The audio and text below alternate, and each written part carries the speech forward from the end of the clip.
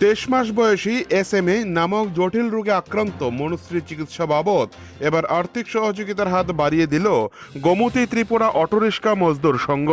শনিবার দুপুরে ভারতীয় মজদুর সংঘ অনুমোদিত গোমতী ত্রিপুরা অটোরিক্সা মজদুর সংঘের অন্তর্গত 12টি শাখা তথা টাউন সার্ভিস, বাগমা শাখা ও কাকরাবন, মির্জা, তুলামুড়া, গর্জি এবং জয়ন্তী বাজার, মহারানী, 18বোলা শাখা সহ অন্যান্য শাখাগুলির সভাপতি এবং সম্পাদকগণ এদিন দুপুরে সংগঠনের সমস্ত নেতৃত্বরা সকলে মিলে হাঁপানিয়াস্থিত মনুশ্রীর বাড়িতে যান এবং তার বাবা ধ্রুব চৌধুরীর হাতে আর্থিক অনুদান তুলে দেন।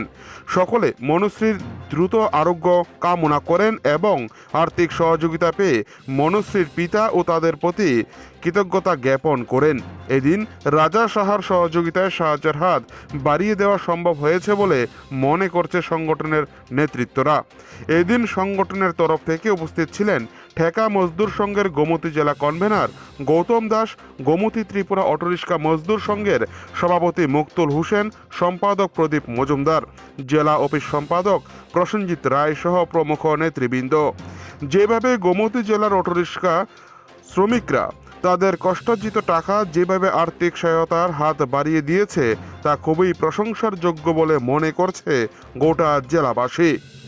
উদয়পুর থেকে নিজস্ব প্রতিনিধির রিপোর্ট, টিভি 100 বাংলা।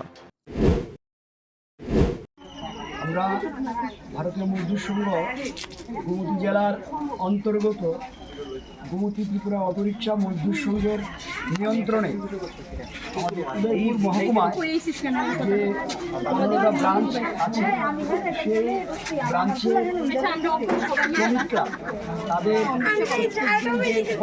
উপার্জনের মধ্য থেকে আমরা আজকে মনুশ্রীর বাড়িতে আমরা এসেছি চিকিৎসা পারপাস সাহায্য করার জন্য। আমরা কিছুক্ষণ আগে মনুশ্রীর বাবার হাতে আমরা শ্রমিকরা সবাই মিলে 30,000 টাকা আমরা দিয়েছি।